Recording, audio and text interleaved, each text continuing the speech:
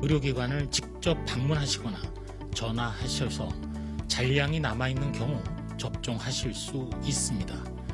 이후에는 전 국민 접종이 완료된 후에야 다시 접종하실 수 있습니다.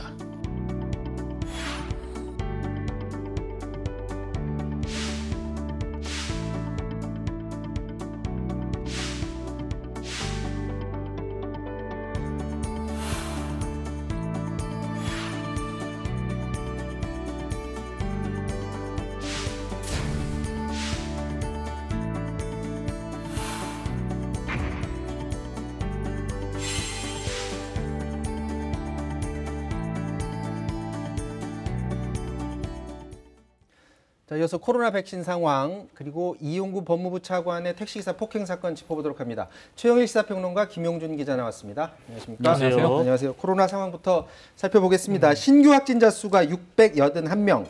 이틀 연속 600명대인데 좀 확진자별로 좀 특이 상황이 좀 있나요? 그 다른 지역보다도 지난해 초에 1차 대유행이 왔었던 그 대구에서 74명의 확진자가 나와서 방역 당국이 좀 긴장하고 있습니다.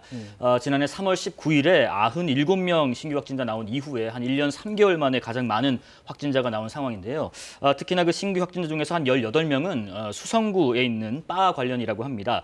지난달 31일에 그 종업원이 확진됐고 다른 종업원과 그 손님들을 검사한 결과 확진자가 계속해서 나오고 있는 상황이라고 합니다. 지금 대구에서 좀 큰 뉴스가 있었는데 네. 대구시가 자체적으로 백신 회사랑 접촉을 해서 뭐 거의 성사가 된 것처럼 막 네. 기사가 났었어요. 그래서 정부하고 그 화이자하고 확인을 해봤더니 그런 일 없었다. 없었습니다. 그럼 네. 그냥 해프닝으로 끝난 건가요? 일단은 해프닝인데요. 대구시도 권영진 시장도 직접 이야기를 한 바 깊숙한 내막은 자신도 잘 모른다.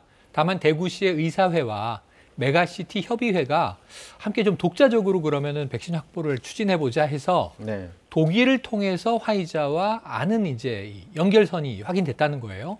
사실 이제 화이자는 독일에 있는 바이오엔텍하고 함께 개발하지 않았습니까? 아마 그쪽이라고 추정은 되는데 문제는 그렇게 해서 한 3천만 명분을 구입해 올 수 있다 이렇게 판단을 한 것 같습니다. 이게 지난 1일에 보도도 나갔습니다. 그런데 이제 내막을 열어본 바 보건복지부에서는 그럴 리가 없다. 왜냐하면 화이자 백신이 정부 간 이 계약을 통해서만 보급이 되고 있다는 거예요. 네. 개별 지자체나 개별 기업이나 민간 단체로 나갈 수가 없다는 거죠. 그럴 리는 없다라고 확인된 결과 결국은 이것은 가능하지 않은 일로 화이자 쪽에서는 만약에 화이자를 사칭한 다른 어떤 이 브로커가 있다면 이건 수사를 통해서 이 어떤 법적 조치를 취하겠다라는 입장입니다. 지금 내일부터 그 60세 미만이 자녀 백신을 맞기가 더 어려워질 예정이다라는 뉴스가 나왔는데 정부가 사전 그 예약을 하지 못한 60세 이상 고령층에 대해서 젊은이들 말고 네. 이 노인분들한테 먼저 배정해 네네. 주기로 했나 봐요. 그러면 그 아래 네. 계층은 그럼 정상적으로 그 예정돼 있는 것만 해야 되는 겁니까? 60세 미만은 네. 자녀 백신을 맞을 수 있는 가능성이 낮아졌는데 아주 없어진 건 아닙니다. 있긴 있어요. 네네, 말씀을 드려보면 지금 60세 이상 사실 오늘 종료되는 백신 예약 말이죠. 접종 예약. 이 예약률 80% 기대하는데 77% 이상 올라왔다고 해요. 거의 지금 근접하는 상황입니다.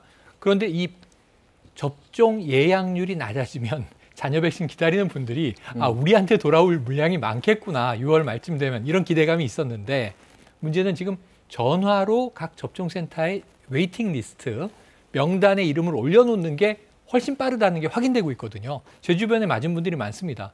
근데 문제는 지금 이 앱 SNS로 하는 거는 정말 찾기가 어려워요. 그래서 많은 분이 전화 예약을 하는데 전화로 예약하는 이 시스템은 60세 이상만 받는 거예요. 그러니까 이 60세 미만 아예 안 받아줘요. 그래서 이제 젊은 분들에게 이제 기회가 없고 오늘까지만 맞을 수 있습니다. 혹시 예약을 했다면 네. 내일부터 안 됩니다.